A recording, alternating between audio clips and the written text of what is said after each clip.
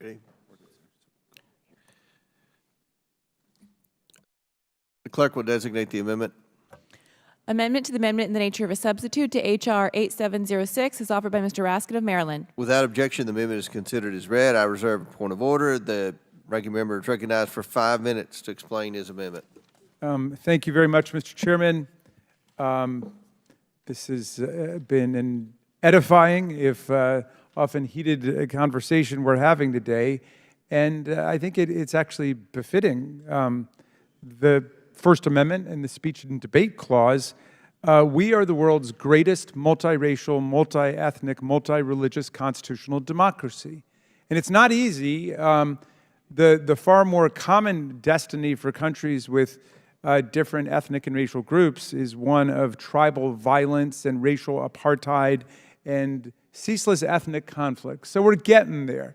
And we have different approaches to how to do it. Some of our colleagues have somewhat dabbled in the language of race silence now, not talking about the past, not talking about what we've gone through, and everything will be all right. Well, that was definitely not the position of the radical Republicans who led us through the Civil War and the Reconstruction period. They passed all kinds of race-conscious legislation in the Reconstruction period. They passed the Freedmen's Bureau with the explicit provision of resources for the purposes of transfer to the recently emancipated black population. The radical Republicans led Congress in passing legislation to establish schools for black people, not integrated schools, but schools for black children, explicitly race-conscious, because they understood that the meaning of the 14th Amendment and equal protection and the Reconstruction legislation was not just to create some sterile notion of colorblindness, which was not in the 14th Amendment or any of the debates about it. It was to actually help people get up after centuries of oppression, as my colleagues have described it, after centuries of violence and dispossession and legalized slavery and subjugation and control. So we have a difference now, I think, substantively about whether it's best to deliberately and consciously open government up, and not just to black people and Latino people, but open it up to other people who've been traditionally left out, including veterans, including people in rural areas. Your legislation would overturn all the executive orders that deliberately try to get the government just to think about getting applicants in the door who come from traditionally disfavored and discriminated against communities. But we understand, all right, we've got an honest difference of opinion about that. But I want to go back to what Mr. Moskowitz was saying, which is even if we disagree about the validity or the utility of these programs, and we think that they've been very successful in terms of opening the government up to the whole country and being very effective and productive for America. But even if we disagree about that, and we're going to change the program, this language is intolerable, which says that people who've worked in those programs have lesser rights than anybody else who's worked for the people of the United States in our federal government. So my amendment would lift the bill's egregious ban on transferring, redesignating, or reassigning employees who work in one of these offices that gets eliminated by the bill. In other words, if we eliminate this language, we treat them like any other federal worker whose job has been eliminated by virtue of federal action. So I think that sends a far better statement about the motivations and the purposes of this legislation, and I think this is one that everybody should be able to agree to. And with that, I submit it to the wisdom of the committee. Mr. Chairman, I yield back. Gentleman yields back.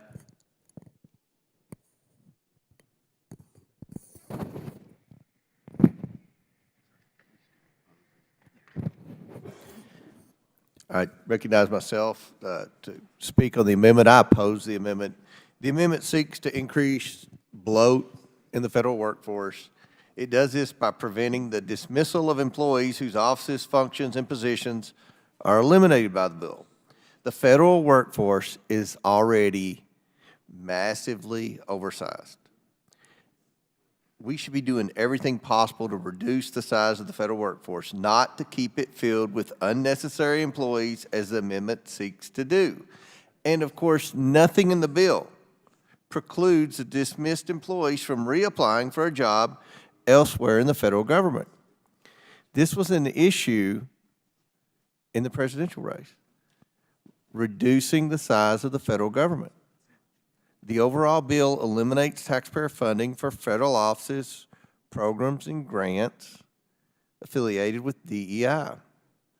It's already federal law to discriminate against anyone based on their race. And the president-elect was transparent in saying this is one of the specific areas where they were going to seek to cut waste in the federal government. We cannot continue to spend $1.5 trillion a year more than we take in. And I think that the president-elect was transparent. I feel like this issue was talked about. With all due respect to the Democrat nominee, Ms. Harris, Vice President Harris, I don't know a lot of specific things she was going to do as president. I don't think she articulated very many specific proposals. One of the proposals that President Trump talked about was eliminating all the unnecessary DEI. And we've talked about how many positions have been created over the last 4 years. Instead of fighting for bureaucratic jobs, I believe, I represent a poor area. And obviously there are poor minority districts. We should be fighting for investment, fighting for entrepreneurism, fighting for ways that we can lift up communities that have been impacted by poverty, like many of the communities I represent, many of the communities that are represented by minority members. We can do this. And I think that's what the American people want. The government's not the answer. The private sector is the answer. We need to be more efficient in government, and we are going to be more efficient in government. That is the mandate of the American people. So I oppose the amendment. I support the bill. And now I seek, Mr. Moskowitz, you seek recognition? Thank you, Mr. Chairman. So, listen, I have agreement with my colleagues across the aisle on wanting to shrink bureaucracy, wanting to decrease the size of federal government. That's a valid point. I think DOGE is going to try to do that, right? And you're seeing Democrats come out and support that. Chris Coons did that. Senator Coons did that the other day. What this amendment is saying is it's not allowing the federal government to stay the same size. What we're saying is as you eliminate an office, as you change a policy, if there are jobs available that they can transfer to, just like every other federal employee, then they should be able to do that.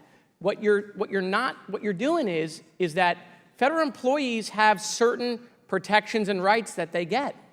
And what you're saying is the federal employees that worked in this office aren't going to get those rights. All these people aren't going to get to stay, right? They're not all going to get to stay. That's not what this amendment is doing. This amendment isn't saying, okay, yeah, change the policy, eliminate the office, but then let everybody stay somewhere else. That's not what the amendment is doing. What the amendment is doing is saying they have certain protections, certain rights as every other federal employee in every other office. And what you're saying is because you worked there, you're not going to get those protections. I'm telling you, it is very dangerous, and I can guarantee you the favor will be returned, because that's how this place works, right? You didn't like the other day that Trump houses were skipped in FEMA. I agree with you. It was unacceptable. They were specifically given less rights and privileges and available federal help because they supported the president. If Trump creates an office that later gets removed, those people who worked in that office should not get less protection. They shouldn't. But that's what you're now saying. You're now saying where we have political differences and policy differences, if you work in that office of political difference and policy difference, you're not going to be treated like every other federal employee. So it's not about keeping the federal government the same size. Don't mix the message here, because I'm with you on that. But I really think you should take the ranking member's amendment. It really doesn't change your bill. It just doesn't allow a new precedent to be started that we're creating different classes of federal employees. Will the gentleman yield for a brief response? Sure. It's your time, correct? It is. Thank you. I think the gentleman from Florida, Mr. Moskowitz, made valid points earlier. He makes valid points now. And having read the sections and sentence that Mr. Moskowitz has referenced, very specifically on page 6, paragraph 2, says no reassignment. The head of a federal agency that closes, terminates, and winds up a program or office under paragraph 1.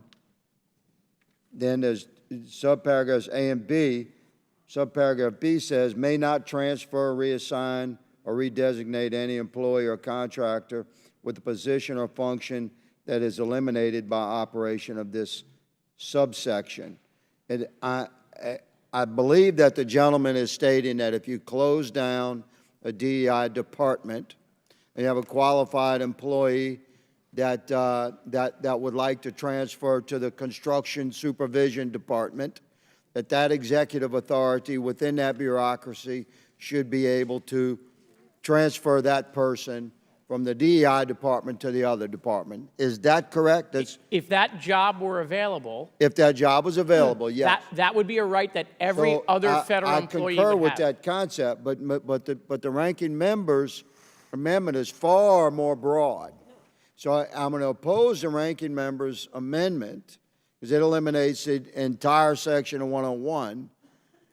But if you were to offer an amendment, specifically what we're describing, I would support that amendment. I yield. Everybody yield back. Any other members seek recognition? Mr. Well, we was Moskowitz, now Mr. Cloud. Okay, Ms. Stansberry. All right, thank you so much, Mr. Chairman. I want to rise in support of the amendment and reiterate, but also explicate a little bit on this concept. So, you know, you learn a lot about a bill not only by what it says, but by what it doesn't say. So if the explicit purpose of this bill, like we're just going to take your logical argument here, is to do away with these DEI offices, which you believe are not necessary, which obviously we disagree with on the premise, then why not just be silent about what happens to federal employees that are involved in these offices? But the bill is not silent about them. The bill includes these phrases that the ranking member's amendment is striking because literally the bill has punitive outcomes for employees that work in these offices. And that is what this amendment is trying to strike, is the punitive measures that are put into place. I know that we've already read pieces of this, but one of the sections that it would strike says no reassignment. So the heads of a federal agency that closes, terminates, blah, blah, blah, may not transfer, reassign, or redesignate an employee or contractor. So if this was just like, okay, we're going to shut these offices down, there's no reason to have punitive language to the employees that would work in these offices. But it doesn't just state it once, it states it twice in the bill. And that's why we're invoking McCarthyism, these blacklists. Like, these are folks who are being penalized for working in offices that deal with anything doing with diversity and helping work with our federal workforce to address these issues. So that is what the amendment is trying to achieve. I also want to just take a moment while we're on this topic, is almost all of the discussion today has been about the first several sections of the bill and basically the federal workforce. But if the stated purpose of this bill was really just about like, oh, we're going to change the way the federal government does its DEI stuff, then why on earth does this bill include sections at the end that is tinkering with the entire financial sector? This bill has language in it that says that publicly traded companies on the stock market cannot use diversity as a measure of their boards. And it also says that stockbrokers and licensed folks who work in our financial system cannot engage with that. In addition to that, there's multiple sections in this bill that prohibit federal funding, whether it's grant money or it's money that would go to federal contractors who even discuss diversity. So there were some comments made here a moment ago about, we need to defend free speech. This bill is literally trying to regulate the free speech of the free market, private companies, the financial sector, nonprofits, and our federal agencies. So I appreciate the intent of trying to maybe make the federal workforce more streamlined if I was to give the benefit of the doubt to this. But this is a wholesale effort to basically do away with every initiative that has made it possible for women, people of color, and LGBTQ people to participate in the federal government, our financial sector, the military, nonprofits, and in the services that our federal government provides. So I find it laughable that we would even entertain the premise of it. I yield to the gentleman. Thank you. Thank you for yielding. Just going to go back to my point and conversation with Representative Higgins. What the ranking member's amendment does is that language that we just discussed, that identical language appears 3 times in the bill. It's not just there once. I pointed it out once, but it's there verbatim 3 times. So it just eliminates the identical language in the 3 places it's in the bill. It's in the bill 5 times. I stand corrected. It's in the bill 5 times, but it eliminates the identical language. And let me just again go back. You guys won the White House. You're going to be in charge of this. You're going to be the one deciding if they get to transfer to a job. It's going to be Trump people who will get to approve that. All we're saying is don't make them second-class federal employees. Don't create a new subsect of federal-class employee. That's what we're saying to you. Your bill is going to move out of this committee, but this is a weakness in your bill. Any other members seek recognition? I yield back. Yes, Chairman. Mr. Cloud. First of all, I just wanted to thank the ranking member for your kind and generous acknowledgement of history and what Republicans have done in the past to work on this issue. I had thought to bring that up because there's been allegations like we would not want history taught in schools. I would actually want all of history taught in schools. I don't view this as I realize it has political undertones. I think this is an issue of the human condition and heart that needs to be addressed more than a political one, although I'm not ambivalent to the political undertones here. But anyway, in an effort to not raise the temperature, I had not brought that up, but I appreciate you bringing that up and acknowledging that. I also appreciate the intent and what you're stating on the federal workforce. I would be happy to work with you on that. I do think that this amendment goes beyond that on the reassignment provision. If this were, for example, to be the last line of this amendment, strike section 502A2, that would be something I could support. But in its current state, and again, we did not get an advanced copy of this, so we're dissecting this live, but it seems to also prohibit the reduction in force, which if we have agencies, if we have workforce that, again, are not required by the American people, I don't think that federal workforce should be discriminated because they worked in a certain agency. In the same way, I don't think that the American people who, while I appreciate the federal government, my first allegiance is always going to be to the American people, I don't think the federal or the American people should have to have the burden of hiring and funding someone just for the sake of them getting preference and priority in transferring. So if we could limit it to that, I could accept that, or we could work. I'd be happy to work with you, but in its current state, I would have to oppose the amendment. Would the gentleman yield? Yes, sir. Yeah, but thank you kindly for the offer. I see what you mean about the language about closing and terminating and undertaking appropriate reduction in force. Of course, if that language is gone, still the whole operative meaning of the bill is to close the program and the office. But that's language that could presumably be preserved or put someplace else. But what we're talking about is just the impact on federal workers who've done nothing wrong other than their jobs, presumably. If they did something wrong, they could be terminated for those reasons. But those people, they're not guaranteed a job, but they should have the same opportunities as other federal workers potentially to be transferred or reassigned to another lawful purpose. What you're creating here with the legislation is a statement that this is no longer a lawful purpose to be engaged in various activities you've enumerated. So I'm happy to work with you on that. I don't think it's necessary to say that the workforce can be reduced, because obviously it will be if the program's closed. But no problem there. Happy to yield back. Any other you, members sir. seek recognition? Seeing none. The question is on the amendment offered by Mr. Raskin from Maryland. All those in favor signify by saying aye. Aye. All those opposed signify by saying no. No. In the opinion of the chair, the noes have it, and the amendment is not agreed to.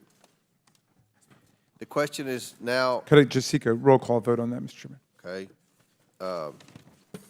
a recorded vote is ordered as previously announced. Further proceedings on the question will be postponed.